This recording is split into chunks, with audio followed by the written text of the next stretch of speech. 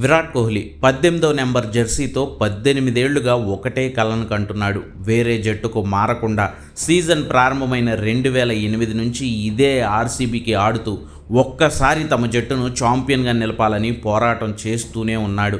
ఏళ్లకు ఏళ్లు గడుస్తున్నాయి, కానీ కోహ్లీకి ఆ కల మాత్రం తీరడం లేదు. ఐపీఎల్లో విరాట్ కోహ్లీ సాధించనిది అంటూ ఏదీ లేదు. 266 ఐపీఎల్ మ్యాచుల్లో 8618 పరుగులు చేశాడు విరాట్. ఈ స్థాయిలో పరుగుల ప్రవాహం కురిపించిన బ్యాటర్ మరొకడు చరిత్రలోనే లేడు. బ్యాటింగ్ పరంగా విరాట్ కోహ్లీ ఐపీఎల్కే అత్యుత్తమ ప్రమాణాలు ఎలా ఉండాలో నేర్పాడు. వరుసగా 3 సీజన్లుగా 600కు పైగా పరుగులను సాధిస్తూ ఆటగాడిగాను కెరీర్ను తన పీక్ ఫామ్ని చూపిస్తున్నాడు విరాట్. ప్రస్తుతం ఇన్ని చేస్తున్నా, ఎంతోమంది ప్లేయర్లతో కాంబినేషన్లు మారుస్తున్న, ఆక్షన్లు సీజన్లు వచ్చి వెళ్ళిపోతున్నా ఆర్సీబీ కప్ కల మాత్రం తీరడం లేదు. 18 ఏళ్లుగా కోహ్లీ చూస్తున్న ఎదురుచూపులకు ఈరోజు ఫలితం లభించే అవకాశం అయితే ఉంది.